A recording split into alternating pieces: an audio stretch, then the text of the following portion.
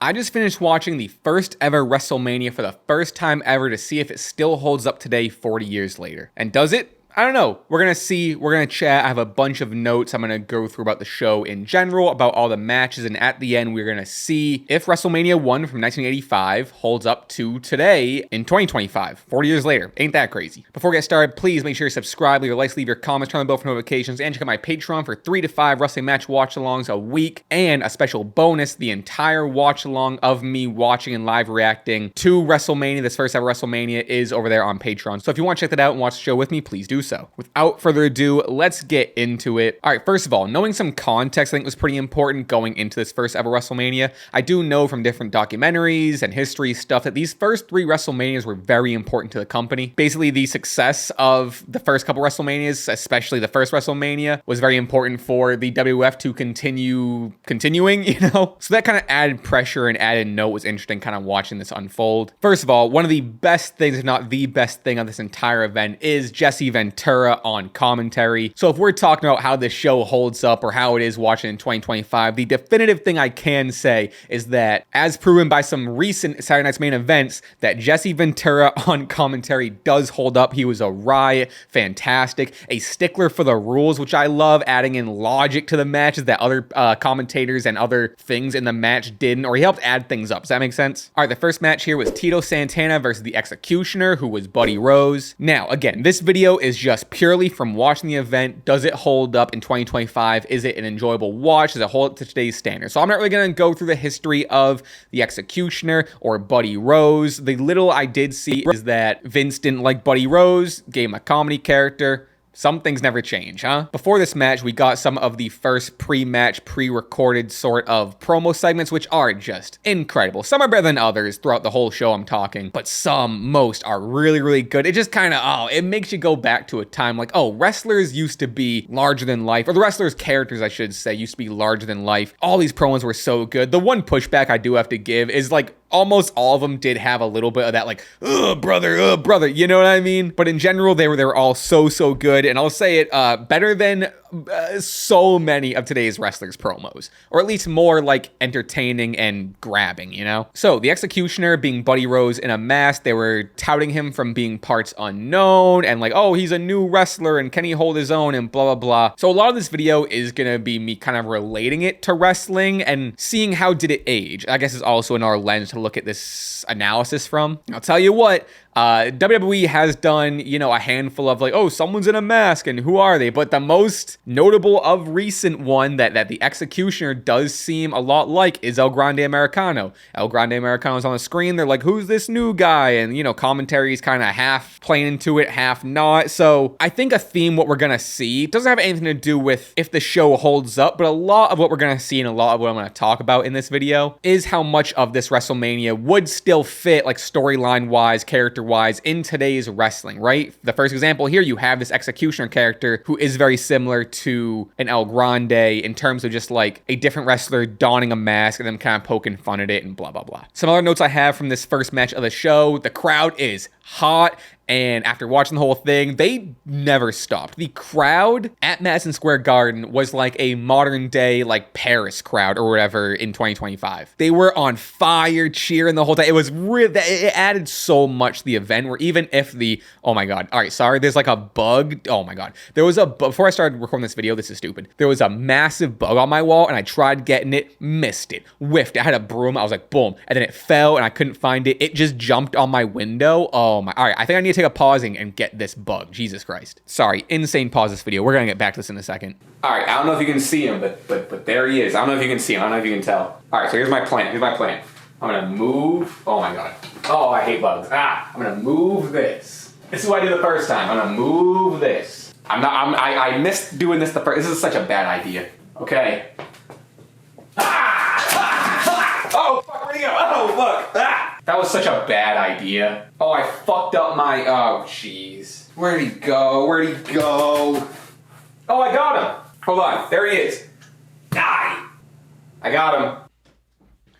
Holy fuck. Okay, is that gonna stay in? I don't know. Jesus Christ. Woo. All right, if you couldn't tell, smoked his ass. I gotta fix the camera. Whew. All right, I guess that's good. Whatever. Okay, Jesus. Talk about Tito Santana versus the Executioner, huh? Except I said, my name's the Executioner and I'm Tito Santana. I executed the bug, but I won. Tito Santana won this match. One other thing that was just kind of a general note about the whole show and just wrestling, it's more of just wrestling back then in general. I can't believe how loose the ropes in the turnbuckle are. Like the ropes have so much give. The turnbuckle themselves like go really down. It's crazy. And I should note, with that said, a lot of the things I say in this video aren't gonna be new. They're gonna be things that have been said or discoveries that have been found for the past 40 years already. And a lot of stuff I'm gonna say is stuff that I've already known, but like I'm here to present the whole show to maybe people who haven't seen it or whatever. This video might not necessarily be for like the diehards. This is kind of a general question of, hey, how was WrestleMania 1 40 years later? Anyway, kind of confusing ending. There was no like tap out, but the match got called off. I don't know. Main takeaway here, Tito Santana is great. I want to watch more Tito Santana matches. Moving on. Oh, before we move on, I guess I should probably, like, it was a fine match. It was fine. It was a good opener. Tito Santana's sick. All right, now moving on. Our next match was King Kong Bundy with Jimmy Hart versus SD Jones, known as Special Delivery Jones. I've never heard of SD Jones before. I was actually excited to kind of see what he was going to do, and he had a great look to him. Ended up being a 9-second squash match, which commentary was really excited about. So I think at that time, that was a record for what I assume is the shortest match ever, or at least in WWF history. Someone can fact check me on that, but I think that's what it was.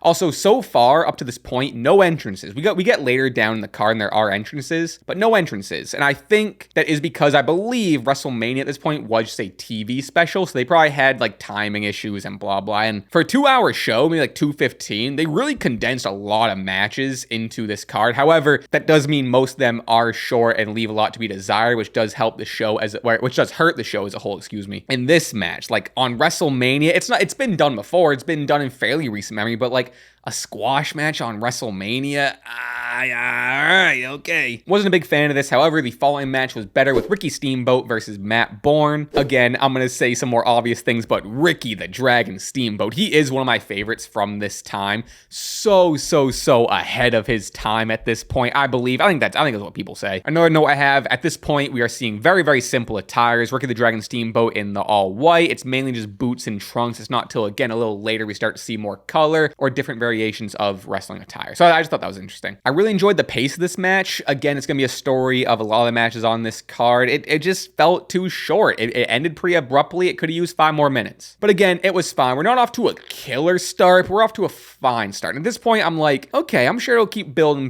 up. At this point, I'm unsure, how it's going to age. All right, next up, we have Brutus the Barber Beefcake versus David Sammartino. I'm not even sure if he was going by the Barber at this point. Brutus, I'm talking about. David Sammartino, a last name you may recognize. He was accompanied to the ring by his father, Bruno Sammartino, the living legend, as they called him. They really used him a lot for this match in terms of not like too, well, we'll get into it, but in terms of hype and what people were watching this match for. A lot of it was for Bruno and to see what Bruno's son was going to do. Now, again, I'm not going to get too into the lore of it, but on the brief knowledge I do know about David Sammartino, he is a little bit of a flop, and he wasn't great in this match. Most of this match was Brutus Beefcake really carrying and selling his ass off for David. He made David look pretty solid. David didn't look like a chump in there. But if you're really putting this in the context of, oh, it's WrestleMania, so some quick takeaways from this match. First of all, so many more wrestlers have managers, and I think it's a thing we should do more of. The managers are also their mouthpieces, and again, I think bring it back. Also, Brutus Beefcake is from Parts Unknown, which is funny because that puts Brutus Beefcake and the Executioner from the same place, and then later on, the Undertaker also from Parts Unknown. I don't know, kind of a silly decision. I'm sure I'm missing a lot of context of stories in that time and whatever. Also, when Bruno came out, I mean, huge pop for Bruno. I forget, I'm either going to have it now or a little later, or both, talking about legends and nostalgia and outsiders being involved, right? But in general, kind of like I said before, Bruno was really used to sell this match, and he was the biggest pop of the two wrestlers. Obviously, if you're a legend, you're going to get that. But my point is, again, some things never change. You use the old timer or the dad or the old generation to get that pop for the new generation, or for the generation that's still watching that loves the nostalgia. You know what I mean? Another thing I thought was interesting, where commentary made a pretty big deal about Brutus Beefcake's attire. He had these shiny tights with like purple and like leopard or cheetah print on them. The reason I made note of this is because I think we are getting into a time at this point that we are getting a little more extravagant with the attire. attires, but the standard is usually like boring one color trunks and boots. So it was interesting for commentary to be like, whoa, look at these tights, you know what I mean? Relating that today, where like almost everyone's gear is shiny and crazy and colorful and cool. To wrap this one up, this match went on too long. It is funny, again, this isn't a new thing, but it relates to how WrestleMania 1 would fit in place in today's era, and a lot of tropes and a lot of themes in wrestling even 40 years ago are still true today, where nepotism runs wrestling, for better or worse, but nepotism is gonna give a David Sammartino a marquee match with his father ringside, you know? And we see that today. There's think pieces on all these things that I talk about, and nepotism in wrestling isn't a new thing at all. It is just funny to note how much they leaned on it also 40 years ago. As you would expect, and if you're on the mindset that like wrestling hasn't changed, you wouldn't be surprised here that Bruno Sammartino got a big pop and the biggest pop of the night so far, especially from these two in the match. When Bruno got a little physical, the place went crazy. Of course they were gonna. So again, not necessarily a comment on if this event holds up, but definitely a comment on a lot of things in wrestling, in WWE/WWF wrestling, being the same from 40 years ago to today. And the ending was like a big brawl. We see that almost in every single Raw or PLE at this point, where like the person who's ringside comes in and throw out the match and blah, blah. So it lands in today's atmosphere. All right, next match we had was Greg Valentine versus the Junkyard Dog for Greg Valentine's IC title. First of all, I'll get out the way. I love the Junkyard Dog. I think he would kill it in any generation. He was great then. I think his character would fit now. Him doing like the dog gimmick and doing dog moves like the headbutt and acting like a dog in some of his promos and in the ring is so good. I know, not a new thing I'm saying about the Junkyard Dog, but I'm just making it a point. Junkyard Dog also got the first entrance of the night, which was really cool. I mean, this dude was a star. Really cool to see. It makes me want to go back to old Junkyard Dog matches. Not much else to say about this match. Greg the Valentine won. He cheated. Not Greg the Valentine. Greg the Hammer Valentine. He cheated. Tito came out, referee restarts the match. He counts out Greg Valentine, who like was trying to get back in the ring, but Jimmy Hart was like, no, don't. And then Junkyard Dog ends up winning the match, but Greg Valentine keeps the title. So you can't win a title off of a count out. So like it was just a kind of a weird and dumb way to book it, to get Junkyard Dog the win, but not give him the title. I don't know why they just didn't like restart the match, have Junkyard Dog win, have the place explode for him. So that was kind of dumb. I didn't love that. And again, just to check in, so far the event is it's fine. Also, I make note of this for the rest of the show. At this point, this is the second time that Pearl Harbor gets used in a way to say like, oh, he took a big blow or he got hit really hard. And they almost use it, I don't know if it's an adjective or whatever, but they're like, oh, he got Pearl Harbor or whatever. It's crazy. I don't know. It'd be like in today's era using like a different tragedy to, I don't know. It was weird. All right, next match. This one I had fun with. I'm going to pronounce this first guy's name wrong, but Nikolai Volkov, I think I did a half decent job, and the Iron Sheik with Freddie Blassie versus Barry Windham and Mike Rotunda, who I think they were saying Mike Rotundo during this. I don't know. With Captain Lewis was for the tag team titles. The latter had the titles going into this. So first of all, the obvious, I haven't seen too many Barry Windham or Mike Rotunda matches, but it was really cool to see, obviously, the father and brother-in-law,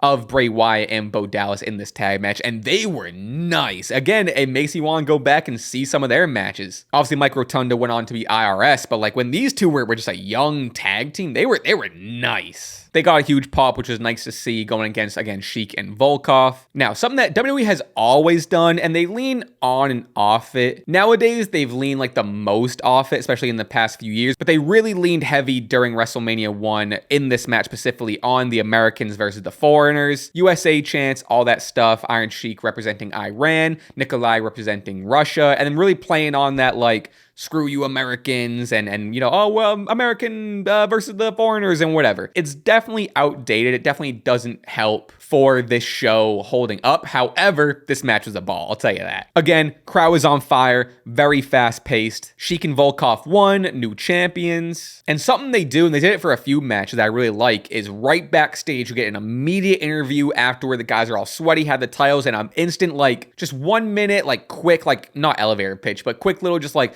here here's what we did, here's what we're gonna do, blah, blah, blah. And just like, I think it's really good. I think it's also something they should bring back. But I will say, again, kind of now relating it to the modern day of wrestling, shenanigans in the last match, there were shenanigans in the ending of this match. It is very modern wrestling, maybe less so a PLE, definitely more like a Raw. Definitely disappointing to see a WrestleMania, be going this way with all these like shoddy and shenanigan finish to matches. But again, relating today, it would slide right in. It's not at all surprising. And again, it's another case of like, wow, 40 years ago, they did the same stuff. All right, I'm going to turn on, this has been a weird video in terms of interruptions. I'm going to turn on a light. It's getting a little dark in here. Does that make any sort of difference? Not really. All right, next up, we had Big John Studd with Bobby the Brain Heenan versus Andre the Giant. I was kind of confused on the stipulation by this, but I guess Big John Studd was putting up $15,000 for the match. Andre would get it if he won. And then what I didn't realize, like, until commentary really made it blatant, is that, like, well, they were saying one, Andre has to slam Big John Studd, give him a power slam to win the money.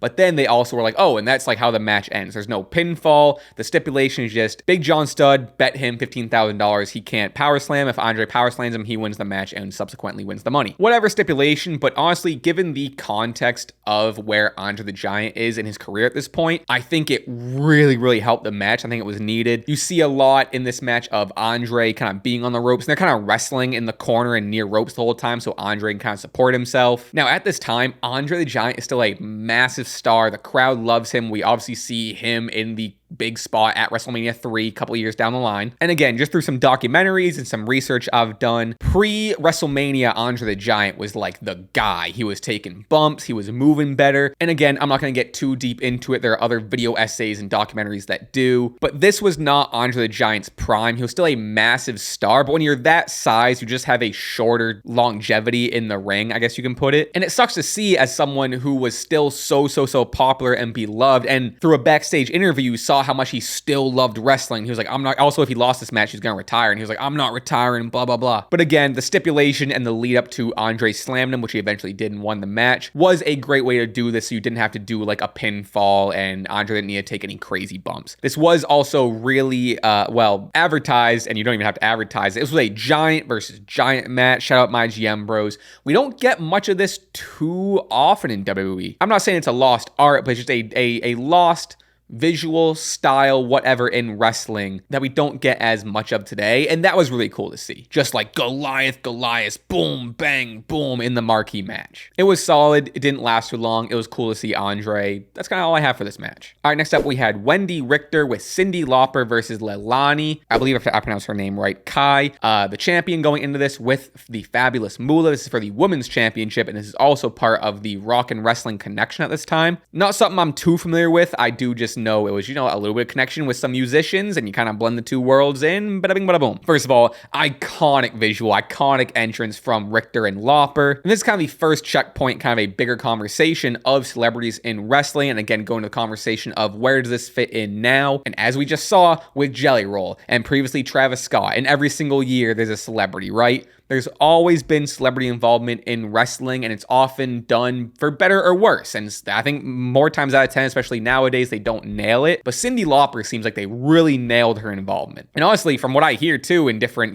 pieces of history, it seems like she really loved it. But again, this is a move by the WWE, WWF to reach a bigger and mainstream audience, hence the Rock and Wrestling Connection. They are trying to tap into what is the most popular form of media at the time and relate it to wrestling, bring a new audience in, especially at the time. In 85, I said, you hear Cyndi Lauper's gonna be at WrestleMania. Like, I gotta check this out. And she got physical. She got involved a little bit. I think she hit the Fabulous Moolah or whatever. This was a very, very fun match. And this match kind of goes to another huge conversation in terms of just women's wrestling and history of women's wrestling. Now, Wendy Richter, a massive staple in women's wrestling. And I don't know as much about Kai, but I'm sure Kai is right there with her, along with Fabulous Moolah. But the point I wanted to make is it is very interesting to see where the women were at here in the 80s. And they were having a solid wrestling match and doing moves and graps, and it was high profile. It was the one before the main event. It was for the world title. They felt very important, so it's really interesting to see. And again, this is commentary on a bigger scale that I'm not super diving into in this video, but it's really interesting to see how once you kind of get into the 90s and early 2000s,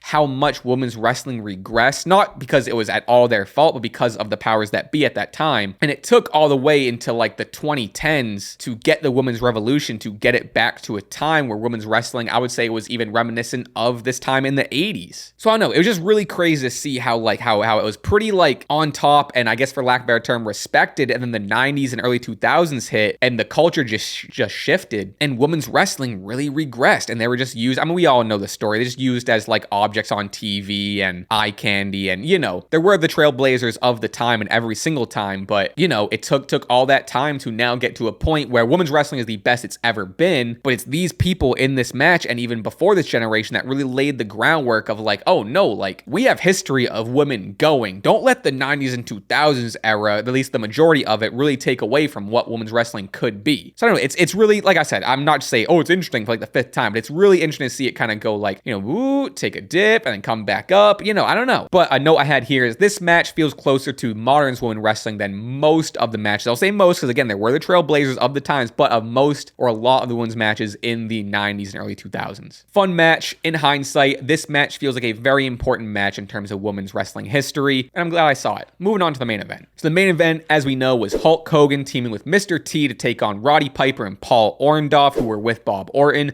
Hogan and Mr. T were also with Jimmy Snuka. The special guest referee was Muhammad Ali. And listen, we're talking about celebrity and outsider involvement, right? Let's talk about this. Now, these early WrestleManias do already get used to combat the argument of like, oh, celebrities shouldn't be in wrestling and whatever. And I'm not even innocent of arguing that like, oh, there's too many celebrities and celebrities shouldn't be in wrestling and blah, blah. Like, I've definitely made that argument, and I think I'm still on the fence of like, I'd prefer wrestlers to maybe, celebrities to not be in wrestling. However, gotta give credit to Jelly Roll. It was pretty solid. However, don't really care how solid he was. It's a bigger conversation. Anyway, this match also had baseball Yankees legend Billy Martin as a guest ring announcer. Big pop there in Madison Square Garden. Liberace was the special guest timekeeper. We already mentioned Muhammad Ali as the guest. And then including Mr. T, this match already has 4 celebrities involved before the bell rings. So my point being is just that when you're having the conversation or the argument whether celebrities or outsiders should be involved in wrestling, you can't point to like, oh, history said this and history of this, because as history tells, especially right here in 1985, they had more celebrity and outside involvement than any other time in the WWE. So sure, it's very valid to not like it. I don't even love the modern day celebrity involvement, whatever. Johnny Knoxville was great. Bad Bunny's great. Jelly Roll proved to be pretty solid. The Travis Scott thing was a flub. I mean, there's other examples, and, you know, I could go down the list. But my point being, in terms of WWF and WWE, celebrities and outsiders have always been involved, and it's been like that for 40 years. Now, all that to say, just because, you know, the argument or the fact was, oh, it's been that way for 40 years, also does not mean that just because it was that way for 40 years means that that's the correct way to do it, or they should do more of it, or whatever. I'm definitely not in the camp of like, oh, well, that's the way things have always been, and we're not going to change it, blah, blah. Like, just as much you can't use history to argue against celebrities, you can't use history to argue for celebrities and outsiders in wrestling. So maybe those 2 points kind of button heads, ends up this point meaning nothing, but I wanted to mention it. Anyway, biggest match feel of the night. Piper ended with a big line of bagpipers. Hogan was obviously Hogan at this time. Massive pop. Mr. T was also insanely popular. Mr. T looked good. I haven't seen every single celebrity match, but Mr. T looked solid. It didn't look like over the moon, like wasn't crazy. I'm still going Bad Bunny over Mr. T in terms of wrestling match, but looked very solid, held his own, and didn't look out of place with these 3 others, I should say. Something that was happening a lot in this match, especially the beginning, that also happened in a couple other matches that would not happen today. People are throwing stuff in the ring, and I know that's a very like attitude era thing, an ECW thing, but people are tossing stuff in the ring. Not today, let me tell you, not today at all. And also just kind of crazy, again, this is not a new thing I'm pointing out at all, but just kind of crazy, for the first ever WrestleMania, the WWF Championship wasn't on the line. Unless I missed it, I don't even think anyone walked out with it. I believe Hogan was the champ on that. I could be wrong on that one for sure. But if Hogan was the champ at the time, I don't think he came out with the title even. And I get you want to get Mr. T involved. Again, mainstream reach is the same thing as the Rock and Wrestling Connection. You're trying to get that new audience, right? But yeah, just crazy that the main event of the first ever WrestleMania is a tag team match involving Mr. T and not like a big like Hulk Hogan versus so-and-so for the WWF Championship. I just thought that was interesting. Also here we have the 3rd and also 4th Pearl Harbor mentions as an adjective. I think it's an adjective, you know, saying, oh, he got hit Pearl Harbor and he got Pearl Harbor away. I don't know. That's just crazy. I don't know why they were using that so much. Insane finish, kind of lackluster finish. We got Bob Orton accidentally kind of coming from the top rope, double axe handle accidentally on Orndorff, he was part of that team, ends up like knocking him out. Hogan gets the pin, 1, 2, 3, pretty abrupt, shocking. Again, is this like before big finishers? Because like there wasn't really, besides maybe Andre's slam, there wasn't a big like, he hit the finish, oh my god. Like it was just kind of like, I don't know, maybe that's what added to the abruptness, is that it wasn't like, here comes the ending. Which is, for better or worse, but I think in this case was oftentimes worse for most of these matches. So that's that. It was a fine match. It was definitely a bigger spectacle than anything. It makes me really want to go back and watch some old Piper matches. So finally, here we are. The question is, does the first WrestleMania hold up today? I have a lame answer for you. I'm sorry, but kinda. Is it the best WrestleMania in the world in terms of match quality? No. Is it probably in the top 10, top 15 of WrestleManias of all time as a whole in terms of wrestling? No. But I'd be lying if I said it's still not a spectacle and cool to watch and interesting to watch just as a piece of history, right? Now, I feel like if this was like WrestleMania 5 or 6, I'd probably be less forgiving and less complimentary to it, because like ultimately the matches weren't great. It was short. I do think the fact that it was on TV might have like hindered it. Not super sure how I feel on that. However,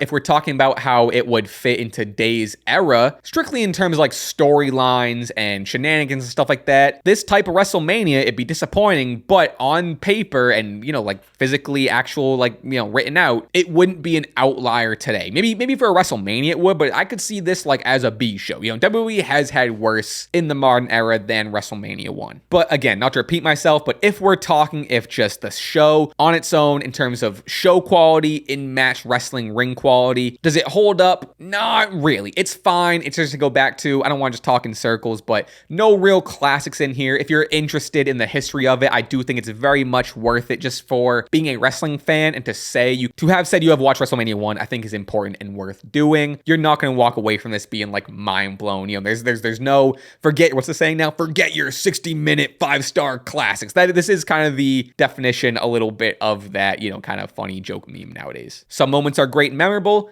as history proves, when we look back on it, but ultimately it's just fine. I hope that's a satisfactory or a satisfying conclusion, think piece, opinion for this video. But folks, thank you for watching. Let me know if you like this style, if you want to see me go back to more shows. I'd love to do this for other WrestleManias and really good ones and notably bad ones. I want to do this for me December to Dismember or WrestleMania 17 for the good and the bad. Please subscribe, leave a like, turn on the bell for notifications. Check out my Patreon for match watch alongs. Again, if you want to see my live reactions with the match on screen, head to my Patreon. Go check that out. I really appreciate it. For this whole show, I did it. I don't know if that was clear. I did it for the whole WrestleMania. Whatever. You get it. I'll see you next time. Thank you for being here. This one was fun to make. And until next time, peace.